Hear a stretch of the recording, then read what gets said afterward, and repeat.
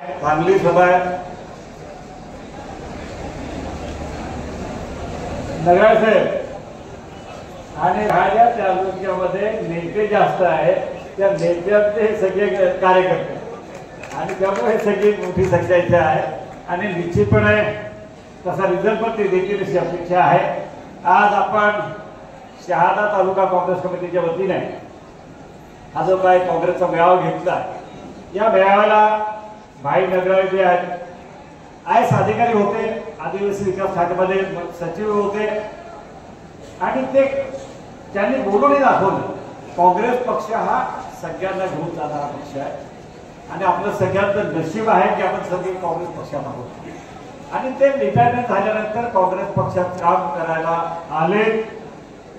त्यांना अजून कुठलंही पद मिळालं नाही, त्याचा तो लाभही नाही, परंतु ते सातत्याने आपल्या काँग्रेस बरोबर आहेत आणि काँग्रेसचे ते प्रदेशला उपाध्यक्ष आहेत आणि आता आपल्या जिल्ह्यामध्ये प्रभारी म्हणून दिलेला आहे।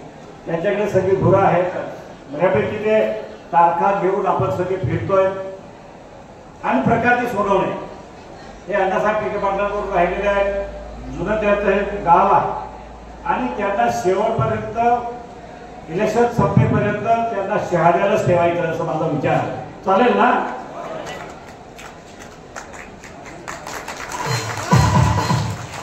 आणि ते इथे राहतील, काय कमी जास्त पडलं तर त्यांच्याकडनं आपल्याला घेता येईल। भाषण चांगले करतात, जरा थोडंसं मला असं वाटतं की आज हे सगळे मंडळी या कार्यक्रमाला आल्यानंतर मी पुढे बोलतो।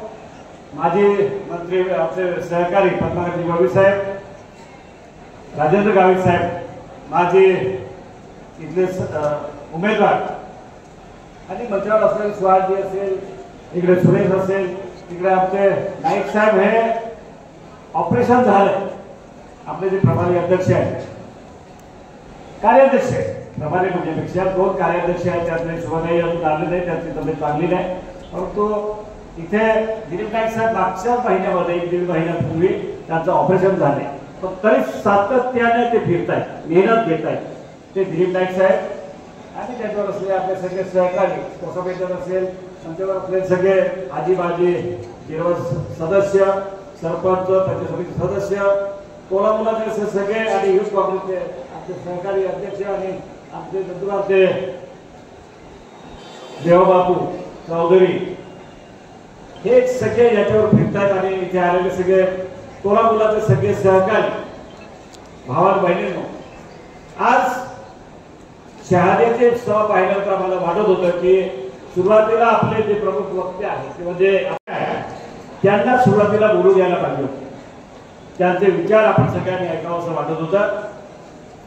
मध्ये जर आपण कार्यकर्त्यांना संधी दिली, परंतु निश्चितपणे त्यांचे हे विचार आपल्याला काँग्रेस पक्षासाठी खूप महत्वाचे आहे। म्हणूनच मध्ये मध्ये मी विनंती करायला येत होतो।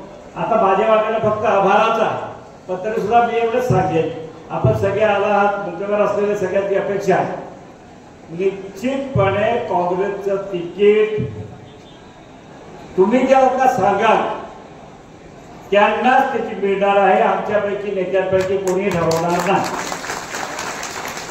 आणि त्यासाठी भाई नगराळे साहेब असतील, प्रकारचे सोनवणे असतील, आम्ही सगळ्यांनी ठरवून घेतलेलं आहे की जाहीर सभा एक साधारणतः झालेला आहे। नंदुरगाव आपल्या नंदुरबारची फक्त 2 तारखेला आहे, 2 नोव्हेंबरला, त्यानंतर गट वाईज मिटिंगा होती, ते गट वाईज आढावा बैठक घेतली जाईल आणि त्याच्यात असं पण होईल की जे काही उमेदवार आहेत त्या उमेदवारांनी आपापली पब्लिक आणायची, दाखवायचे आमची काय ताकद किंवा आपण सांगाल त्याला उमेदवारी द्यायला पाहिजे, याची नोंद घेण्यासाठी नोंद करण्यासाठी आपण सगळ्यांनी पुढे यायचंय। याहीपेक्षा मोठ्या संख्येने या, पण त्यावेळेला असं होईल की 3 गट 4 गट एका दिवसाला भरपूर असले जाते, पूर्ण वेळ दिला जाईल आणि त्यातनं तुम्ही ज्यांना ज्यांना सांगाल त्यांना तिकीट मिळेल आणि तिकीट घेण्यासाठी देण्यासाठी सगळे आलेले आपली जी मंडळी त्यांच्या सगळ्यांचं सह्या